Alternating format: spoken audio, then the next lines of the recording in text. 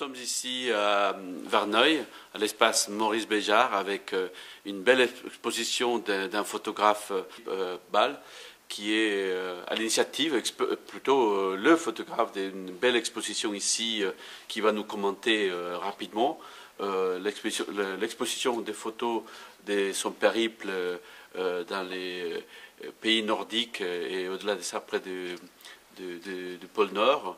Et cette exposition s'appelle Svalbard. Svalbard. Donc, qui veut dire exactement quoi?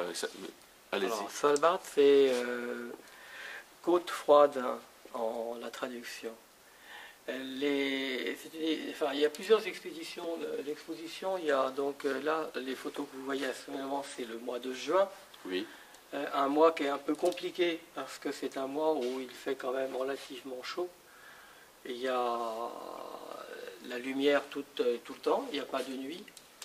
Et là, on voit une maman ours là, oui, qui est en train de regarder désespérément la glace, qui n'est pas suffisante pour qu'elle puisse donc traverser et aller chasser. Alors c'est une maman qui a 2 petits. Et malheureusement, les nouvelles ne sont pas très bonnes. On est repassé donc au mois de septembre. Et cette maman ours n'a pas survécu. Ni les oursons d'ailleurs. C'est dramatique. C'est dramatique, c'est un gros problème. Au niveau de la banquise, la glace ne se forme pas assez pour qu'il puisse aller chasser. Et selon vous, donc, vous partagez les diagnostics de la situation actuelle, notamment le changement climatique et toutes les conséquences sur cette faune-là, notamment oui, là, ici. Oui, sur toute la faune. Il n'y a pas que l'ours a besoin de glace pour chasser, mais le renard, les oiseaux migrent plus tôt, ce qui fait que au niveau de sa nourriture, lui qui se nourrit des œufs, là, on voit des oiseaux qui tombent. Donc vous dites qu'il migre davantage là, en ce moment, grosso modo, là, les migrations, c'est entre 15 jours, 21, voire un mois plus tôt pour certaines espèces. D'accord. Donc on continue, on poursuit. Et ici, donc, nous avons un cas concret. Pouvez-vous me commenter cette image-là? Alors ça, c'est un beau fjord. À cette époque-là de l'année, la glace ici, c'est relativement normal. En plus, là, il venait de neiger. Donc, on a des glaçons avec une petite épaisseur de neige. C'est vraiment une très belle image. Là, on va passer donc dans un autre mois, on va passer au mois de septembre. Mm-hmm. Au mois de septembre, là, ça va un petit peu mieux pour les ours et pour les animaux, du fait que la glace revient quand même et les ours peuvent à nouveau trouver de la nourriture. D'accord. C'est vraiment le... Et là, on est dans quel mois ici, là, dans cette belle image avec une... Alors ça, c'est toujours le mois de septembre. D'accord. C'est le Monaco, c'est un des plus beaux glaciers du Spitsberg. D'accord. Et j'ai une question à vous poser. Si le diagnostic est partagé, c'est-à-dire que nous sommes vraiment confrontés à un problème des changements climatiques avec des conséquences énormes sur la faune, et évidemment nous, les terriens que nous sommes, qu'est-ce qu'on pourrait faire en tant que citoyen pour que ces conséquences ne soient pas trop néfastes aujourd'hui?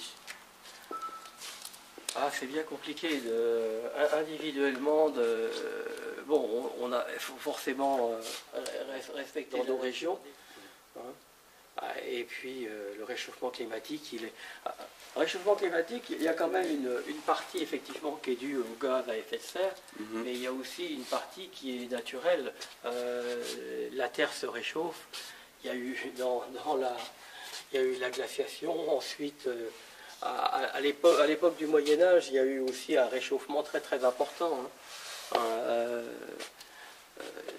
Les Vikings ne sont pas arrivés. S'il y avait eu de la glace à l'époque où les Vikings sont mis à envahir l'Europe, il y a eu, à cette période-là, il y a eu aussi un réchauffement très très important. Donc vous pensez que c'est naturel qu'il y ait ces réchauffements? C'est pas irrémédiable?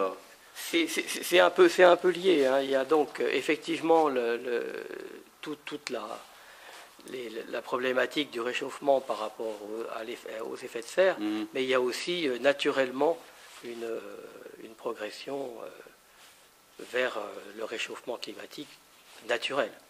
Autrement dit, l'impact de l'homme a accentué ça a accentué, voilà. Okay. Ça a accentué. On est d'accord. Et donc, la question que je me pose aujourd'hui, donc, pourquoi votre travail, donc des images intéressantes, belles, touchantes, pourquoi vous faites ça finalement? Quel est le moteur de cette le moteur, c'est belle exposition ici souvent à Verneuil? le témoignage, hein, le témoignage par rapport surtout au public, mais surtout aux classes et aux enfants qui viennent voir l'exposition. Et dimanche, là, j'ai eu des enfants qui sont revenus avec leurs parents. Croyez-moi qu'ils ont tout compris et ils ont répété textuellement tout ce que je leur avais expliqué. Ça, c'est vraiment formidable, parce qu'il y a vraiment un impact formidable. La mer va augmenter considérablement, et en ce moment, on est confronté à une émigration politique et douloureuse, mais dans une dizaine, une vingtaine d'années, ça sera une autre immigration, une immigration climatique pour des personnes qui, donc, là où ils habitent, il y aura 1 mètre d'eau, et ça va être vraiment la vie sera compliquée de l'avoir rencontré. Et on espère que vous veniez voir pendant les jours qui restent, c'est-à-dire... C'est jusqu'au 17, hein, donc il y a encore toute cette semaine. Et puis, à partir du mardi de demain, et puis jusqu'à dimanche. Très bien.